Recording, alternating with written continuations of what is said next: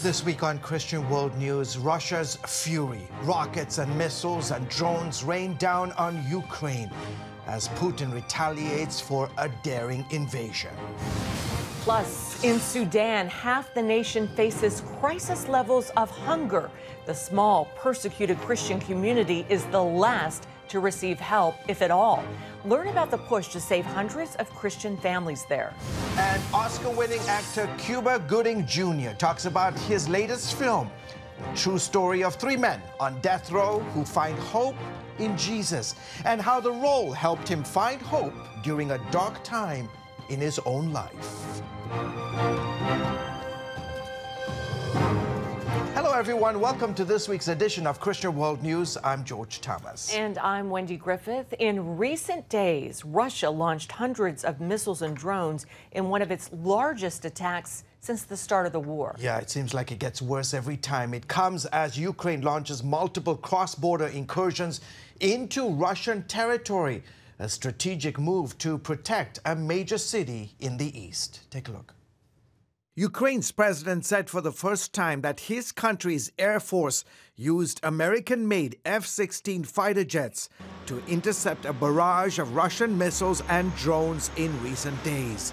On Tuesday, Russia launched a massive strike on Ukraine's energy grid. The Russians continue to try to destroy Ukrainian critical infrastructure, and since March, they've focused especially on Ukrainian electricity production capacity and have really devastated that capacity. 2 days of relentless bombing saw Russia deploy more than 100 missiles and a similar number of drones across Ukraine, killing 7 and injuring more than a dozen. It was one of Moscow's biggest attacks since war started 30 months ago. President Zelensky continuing to push the Biden administration to give his forces the military capability to strike Russia back. Each of these strikes repeatedly brings us back to the task of long-range capabilities, the need to provide our defense forces with enough long-range weapons that we can destroy terrorists exactly in the areas of their strikes. The pounding coming at a key moment in the war, as Ukraine now holds nearly 500 miles of territory in Russia's western Kursk region, following a daring cross-border assault a month ago. The unexpected move rocked the Kremlin. It's the first time Russia has faced an invasion of its territory since World War II.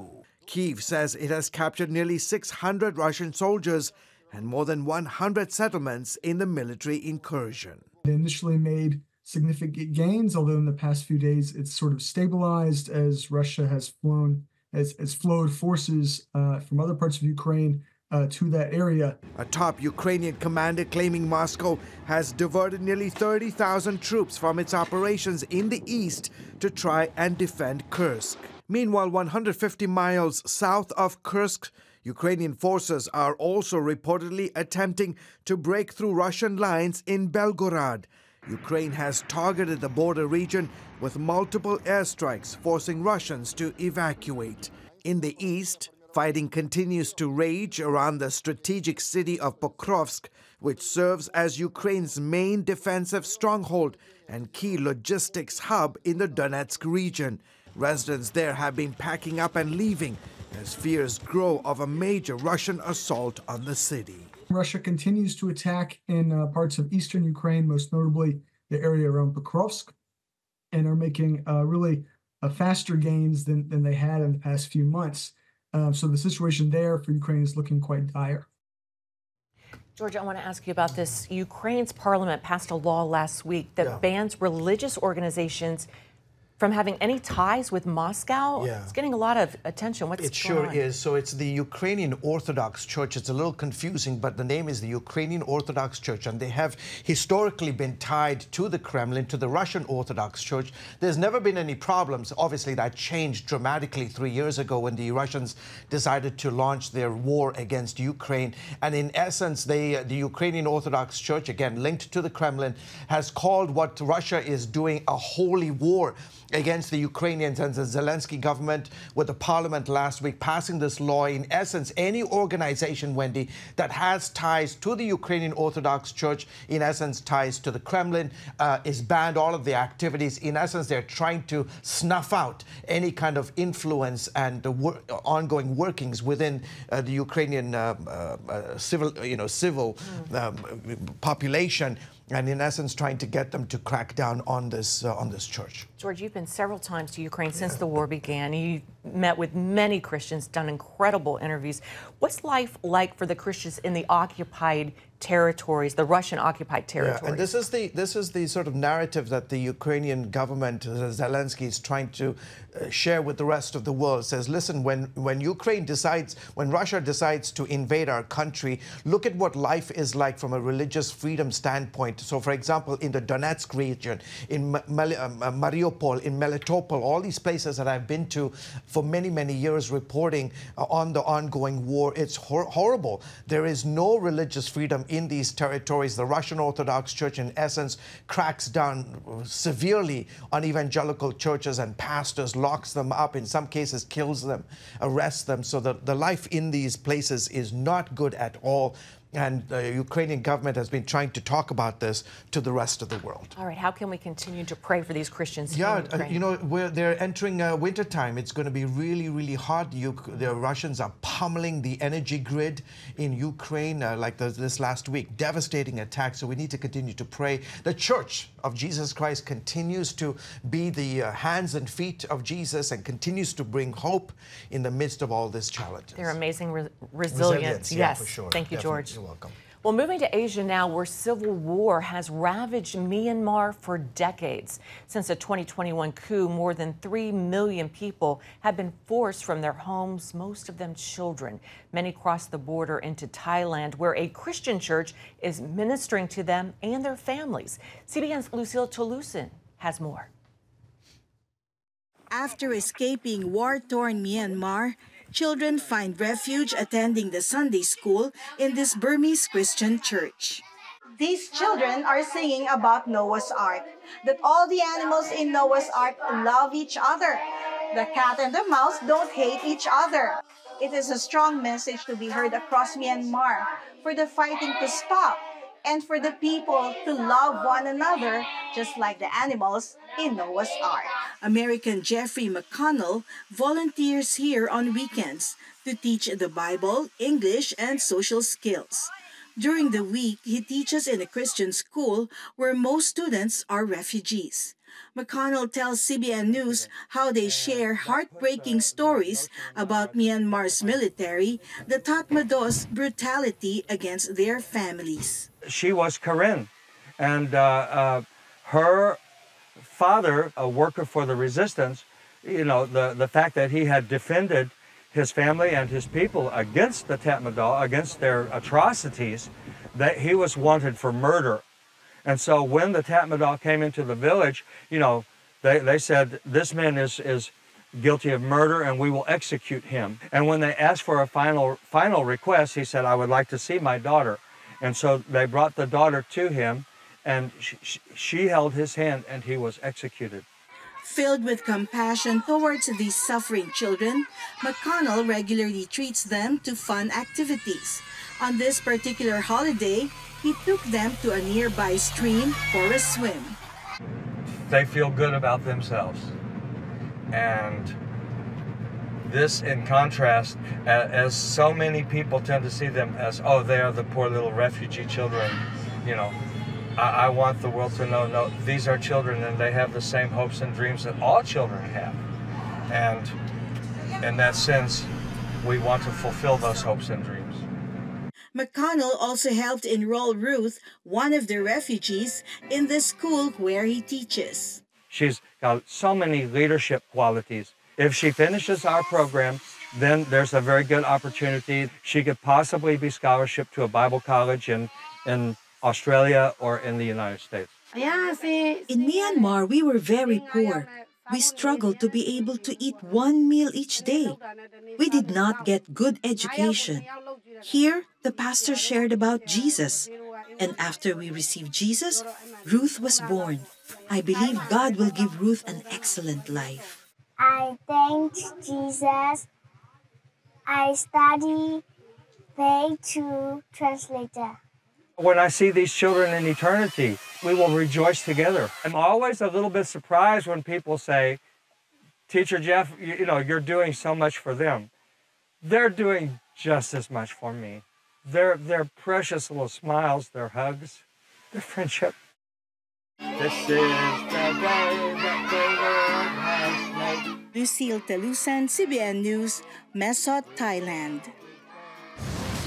Thank you, Lucille. Coming up in Sudan, the race to help 600 Christian families who desperately need food. See how the civil war is making it even harder on the country's tiny Christian community. Welcome back to Christian World News. A natural disaster is adding to the misery in the African nation of Sudan. Heavy rains brought severe flooding, causing a dam to burst near Port Sudan. At least 60 people died when torrents of water swept through their neighborhoods. This comes as millions of people are at risk of starvation due to the ongoing civil war. Danger from the fighting and damage to the nation's infrastructure is making it difficult for foreign aid to get to those in need. That includes members of the nation's tiny Christian community. Joining us now for more is Dr. David Curry of Global Christian Relief. David, great to have you back on the broadcast. Why are Christians marginalized in Sudanese society, and how does that affect their ability to get aid? Well, the backdrop is the 16 months of civil war where these factions are fighting each other. There are only about 5% of the population are Christian. And whenever these kind of events happen, that group is either caught in the crossfire, or in the case of food sources and these kind of things, they're the last to get it, if they get it at all. So you have a population that is starving generally. They expect as many as 2.5 million people could die during this famine, and these Christian communities are the last to get it. So we're targeting how we can help specifically these Christian communities which are marginalized in this Islamic culture in Sudan. And it's not just if you're a Christian, that's one strike against you, but if you are a woman who has converted to Christianity, that's even more challenging. Tell us why. Oh, well, the stories are absolutely heartbreaking. The women are doubly persecuted. They're considered less than within that culture, and they are also Christian, which makes them infidels in the mind of extremists. So it's very difficult. I was talking with one of our team members today about what's happening there. They told a story of a woman whose husband had been murdered in the fighting, and then her kids were sexually assaulted, her daughters. This is the kind of thing that's going on. It's absolutely just rips your heart out. So we need to find a way that we can help support these Christians to be salt and light in just the darkest of places. What are you guys at Global Christian Relief doing to help specifically these Christians who are in need? Well, for $100, we can get them the food stuff they need. It's flour, salt, the basics to put together meals. That's for a family of 6 to 8 people, and it'll last them a month. And so we've targeted these 600 families, which we can help right now. It's difficult. Even the World Food Program is having a hard time getting food into this region of Darfur, and we're able to do it. We know how to do it, and we're able to support these 600 families. If people will step up and help us, that would be a huge, huge aid to these families who are Christians in a very difficult situation. You have these famine kits that you're distributing. What's in these famine kits? The things that you would need to make a meal: you got flour, oil, salt, sugar, tea, corn, rice, beans, these kinds of basic elements that they can do many things with. Yeah. The Economist magazine describing what's happening today in Sudan, a catastrophic war. The coverage, they're not getting much coverage at all. What is going on, and what can the global community do to help step in and stop this? What's happening there in Sudan? Yeah, that's part of the story, is that the global community has exacerbated the situation. The UN has hesitated to call this famine for what it is, because they're looking for the official government to say it's a famine, but they're fighting amongst themselves, these two factions. So, and then you have the UAE and other people funding the rebel forces. It is a big mess. What we need to do is to have stability in that region. We need to make sure that people don't starve. We don't want 2 million people. This is certainly going to be the biggest famine in the last 50 years. But we can do a lot if we could just get organized and cut out the corruption around the food and how it's getting to the people. Yeah, okay. David, we'll have to leave it there. David Curry of Global Christian Relief, doing fantastic work, not just in Sudan, but around the world. Appreciate your time. Have a great weekend. Wendy? Thank you, George. Up next, Academy Award-winning actor Cuba Gooding Jr. Cuba talks with CBN's Ephraim Graham about his faith and his latest film, The Firing Squad. Welcome back. The Firing Squad is a new movie that tells the true story of 3 men on death row who find hope in Jesus. Oscar-winning actor Cuba Gooding Jr. plays a convicted murderer in this film. He says the role helped him to find hope during a very dark time in his real life. Ephraim Graham has a story.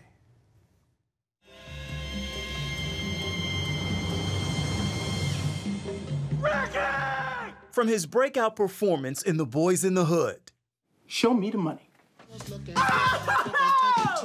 to his Academy Award-winning role in Jerry Maguire. Me only, Mark. Good. Camera and action. Cuba Gooding Jr.'s acting resume grows more impressive with each new film, more than 50 and counting. God is good. All right. God is good. You've been at this for a while. How would you describe this time of your life and career? You know, it's funny because you get to a certain age and you start to reflect, obviously. You know, I hit 56 years ago, right? So 56. And you look back and you learn from all of the good and the bad. The bad? This week, new accusations coming to light against Cuba Gooding Jr. The allegations come from a former producer for Combs. A series of accusations, arrests, lawsuits, plea deals, and settlements over the last few years. What's kept you through adversity when the headlines come and the accusations come? What's kept you? I wake up every morning and I say, thine will be done, along with several other prayers. But I know that God put me here with the instrument he gave me to show truth through emotion. The favorite movies that I do are always the real-life characters, from Master Chief Carl Bashir to Dory Miller in Pearl Harbor to Ben Carson in Gifted Hands. But he's also given me the ability to tell the truth in the darker characters, like O.J. Simpson in The People vs. O.J. Simpson, Nicky Barnes in American Gangster. So I have to know that I'm here to express truth. And you see headlines, you see things that aren't truthful in it. It hurts, but I know that God has a plan for me. As long as I stay on his journey and I pray his will is done, then I'm fine. I can't worry about the other stuff. Cuba's latest film helps him to focus on the good in his journey. The Firing Squad is based on the true stories of 3 Americans on death row in a foreign prison. Hey, my brother. Hey, I heard you found Christ in solitary. That I did. That's amazing, brother. Well, guess what? I found Christ, too. You play Samuel Wilson. What happens when you first read the script? Tim Shea wrote, produced, and directed this movie. Tim Shea also produced a movie I did called Freedom. And we shot that movie, and at the end of it, Tim and I had a connection, and he said, I'm doing this new movie, and it's going to be a bit, but when I get it, I'm going to send it to you. I said, send me anything. 13 years later, he sends me this. He said, it's a true story of these 3 Americans who find each other in an Indonesian prison and been sentenced to death by firing squad.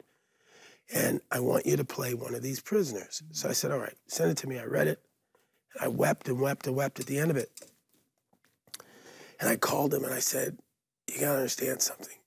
You're asking me to sing Amazing Grace at the end of this movie like you did in Freedom. He said, yes. And I said, phew. I said, my father passed away in 2017. Dad. There's no guarantee that the one you love is gonna love you. Cuba Gooding Sr. was the lead singer in the 1970s R&B group, The Main Ingredient. And my dad always said, "You're the actor, I'm the singer. You can't sing, you act, and I sing." Then when he passed away, literally, they called me to star on the London stage of a production in Chicago, the musical. Wow. To play Billy Flynn. And the first thing I said is, "I can't sing." They said, "Oh, it's more talking." I said, "But we'll get you a vocal coach." And then I stepped on that stage, and my father's voice came out of me. And I thought it was for that production. And then Tim calls. And I'm telling you, when I read that end scene, it just opened emotion in me. Amazing grace, how sweet the sound. Did this film change you in any way? It unlocked, again, a renowned faith I have in God and the walk that I have with him. And it announced to the world, don't forget who this kid is and where he's from. It's one thing to say that you believe in God and say that you walk in faith, but it's another thing to remind people exactly where my joy comes from. My mom said to me in darkest times, she said, "Son, never let them take your joy." And that's the one thing that I insist on, is that, as crazy as things get, I just got to keep smiling. And, because this is who I am. That saved a wretch like me. God's grace is indeed amazing. Ephraim Graham, CBN News. What an interview. Never let them take your joy. That's so good. Well, you can get Christian World News delivered straight to your inbox. To sign up for our weekly email update, just go to cbnworldnews.com. We'll be right back. Finally, this week, we turn to the European nation of Portugal and a beach church where members surf and then worship. In the northern city of Porto, a Brazilian surfer and ordained Baptist preacher founded Surf Church. In less than 10 years, it's grown from a few members to dozens of people from countries all over the world. On Sunday mornings, the pastor gathers his flock to hit the waves. Afterwards, they gather for worship. The church's motto, we love waves and we love Jesus. That's so awesome. And you're going to go there maybe. Hopefully, yeah. And I'll try to surf and, look at that. That's pretty cool. I think we definitely need to see George on a surfboard. I think I can make that happen. Yeah. Folks, that is it for this week's edition of Christian World News. Went by fast. It did. Until next week, from all of us here, goodbye and God bless you.